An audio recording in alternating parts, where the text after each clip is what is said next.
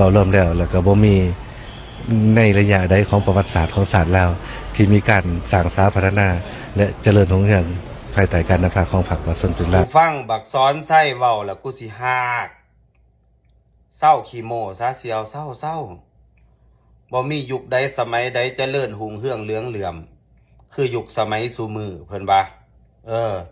ย้อนการเอาใจใส่ของพรรคประชาชนปฏิวัติลาวหรือว่าพรรคคอมมิวนิสต์นำพาประเทศก็เลยเจริญหุ่งเฮืองเหลืองเหลื่อมโอ้ยมึงคือเว้าจังซี่บักหน้ามามึงไปเบิ่งหนทางนี่ไปเบิ่งดูนี่เอาทรายพี่น้องเอ้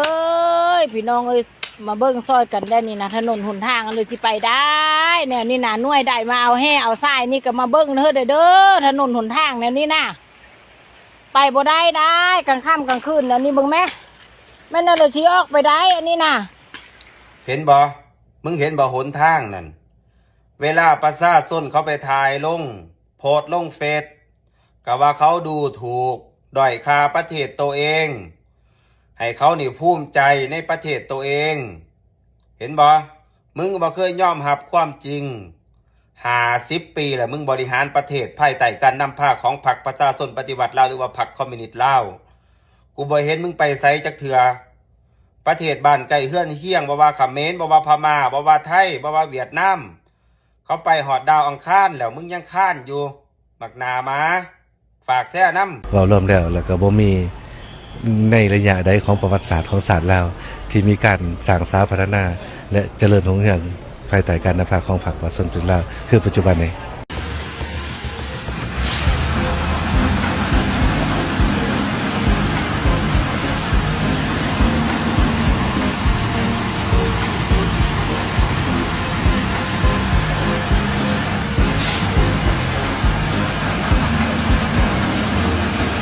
บ่ได้แล้วมันเข้าไปจักหน่อย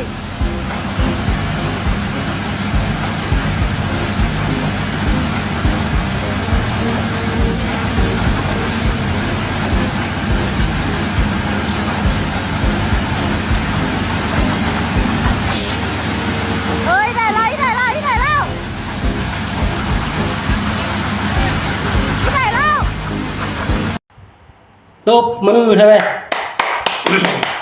ส้มเซยเป็นอะไรเนาะเส้นทางอยู่ประเทศลาวเนาะเป็นไงครับลื่นไหลดีแท้เป็นอะไรคือพัฒนาดีแท้เห็นแล้วบ่มาเด้ถึกยามฝนแห้งนักเห็นบ่น้ำโซน้ำเจินไปเบิดทางดีใส่กันเด้เห็นบ่เจินดินลงมาถมขี้ตมหมดนี่ไปมาลำบากสุดตอนนี้เห็นบ่ย้อนระบบเส้นทางนี่แหละแต่ก่อนเด้มันคือเที่ยวมาไปได้สะดวกสบายแต่ก่อนรถบรรทุกเนาะแก้เครื่อง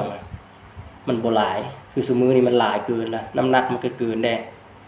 มันจักกี่ร้อยกี่คันแต่ละมื้อแต่ละวันนั่นเที่ยวเอาอยู่หั่นเลยเนาะบ่ให้ทางปี้ทางคาดสิไปทางใดตีแต่บ่ทางบ่ได้มาตรฐานที่แท้รถทุนบ่ได้มาตรฐานนะบ่เบิ่งได้บ่รถทุนมันแก้น้ำหนักเกินไปนะ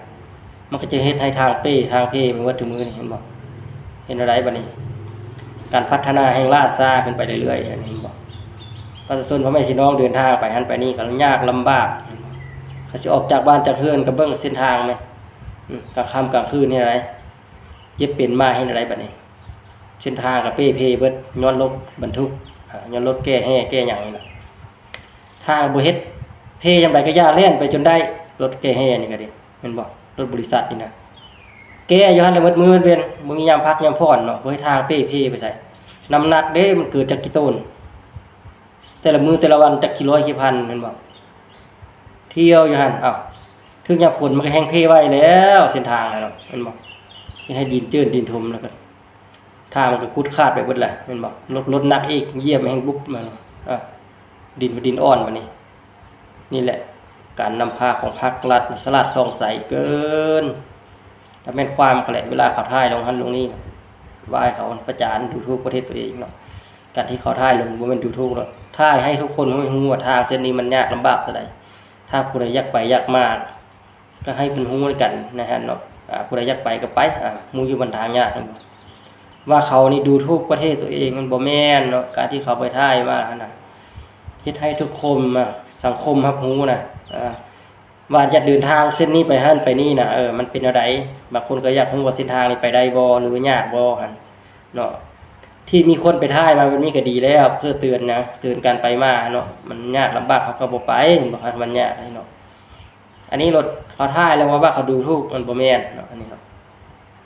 อันนี้ก็เกินว่าเปิดกว้างให้สังคมรับรู้ว่าเส้นทางนี้ไปบ่ได้แล้วแม่นบ่การสัญจรนั้นยากลำบากแล้วเขาก็บ่ไปแล้วเนาะให้เสียเวลาเนี่ยแค่นี้จบ